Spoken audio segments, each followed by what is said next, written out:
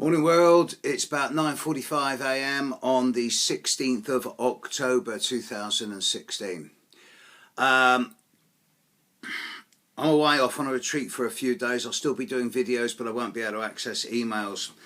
Right, a number of clients in the last few weeks have said to me, look, the reason we like coming to you is because you're not scared to give us good news. All the other astrologers out there are all sort of happy clappies. They're all really nice and full of joy and isn't life wonderful and wouldn't it all be good if we did this, whereas you're down to earth and you tell it like it is.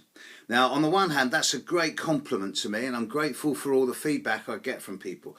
On the other hand, I wish I wasn't like that. I wish I was a bit happier with some of the forecasts I'm doing, because I'm aware that 8 out of 10, 7 out of 10 forecasts I'm doing for people, I have to give them some challenging news.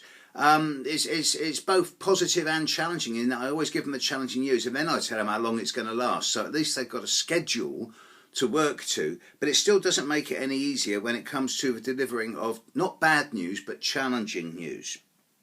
And the thing is, but over the last year or two, this idea of giving challenging news seems to be getting stronger and stronger. And I have to weigh up in myself whether that's because A, I'm getting more morbid, depressed, cynical, which is a distinct possibility as I'm getting older, or whether the state of the world is actually getting more difficult. And it's probably a mixture of both, but I'm on the inside looking out, so I can't be objective about this. But when I'm teaching students, and I am going to be launching a big new teaching program soon, a set of webinars from my website within a month or two now, probably at the start of the new year. So students, heads up, there's some good stuff coming from me. When I've been teaching in this last few weeks, months, some of the lectures and workshops I've been given, it's like, yeah, we are living in crazy times. We can go right back to the Saturn-Pluto opposition of 2001, the Grand Cross of 99, the Grand Crosses of 2012 and 2014, the Uranus-Pluto square, which we were all dreading before it happened and now it's finished, the Saturn-Neptune square of the last year and a half, which is just about over.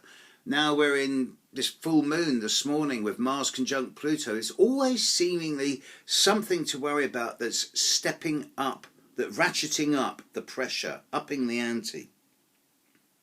And yeah, there's always some good news as well. For example, next year, Saturn and Uranus are trining each other most of the year, which is pretty good when you consider that these two planets do not get on. Chaos versus order. One of them cut the other one's testicles off, according to mythology, so they're not the best of friends. But chaos and order, structure, boundary versus innovation and novelty, they do seem to be flowing well next year, and that's going to be affecting a lot of people in a very positive way. And I do anticipate some interesting technological breakthroughs next year. But I don't know if that's going to have a major impact on the political, economic systems of the world that actually allegedly govern in the interest of the people of the world. There's still going to be caste systems in India. There's still going to be racism in Britain, Europe, America. There's still going to be demagogues spouting their stuff, just seeking power, power, power at the expense of ordinary people like you and I.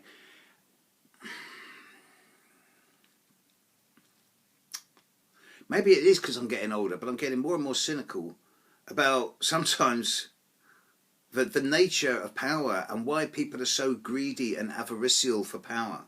You can't take it with you. And at the end of the day, there will be an accounting, even if it's only to your own conscience.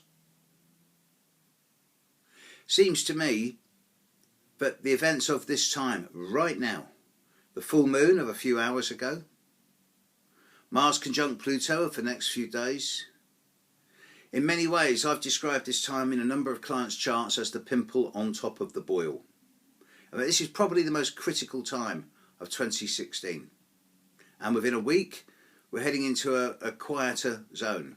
There will be a resurgence in the last week of November when Jupiter hits 15 degrees of Libra and squares Pluto. And that also may be quite explosive and expansive. But I don't think it will be as incisive as this time. So at the end of the day, I'm thinking, well, what can I do? What can individuals do? I can help by putting out good vibes on the videos and being real, and I can try and cheer people up with their horoscopes, and I do, even if it's a bit pragmatic. But I keep coming back to the basics, and I'm simplistic, and it's down to my moon in Sagittarius, I guess. At the end of the day, all we can do is smile and put out, oh gosh, it's going to sound so corny, but not only smile, but put out really good vibes and actually beam out unconditional love. Because at the end of the day, all of the great sages and seers, all of the great prophets, all of the great religious leaders over the millennia, if you dilute their words, if you look at what they actually said as opposed to what their texts say they've said, you can see that unconditional love is the central tenet of all of their preachings. And I guess that's it. Smile at people, be kind to others, be kind to yourself, want the best for yourself and for others, and keep a clean conscience. God, I sound like a preacher giving a sermon. Oh, it's a Sunday sermon. Well, what do you know? At least I'm not a Catholic priest or someone who's abusing children. Astrology's been around longer than any other religion and any other type of political system, and it will be around when all the others have crumbled to dust. I'm grateful that astrology found me. Astrology is not an it, it's a she. Here's an interesting note to end with. Catch you later, world. Bye.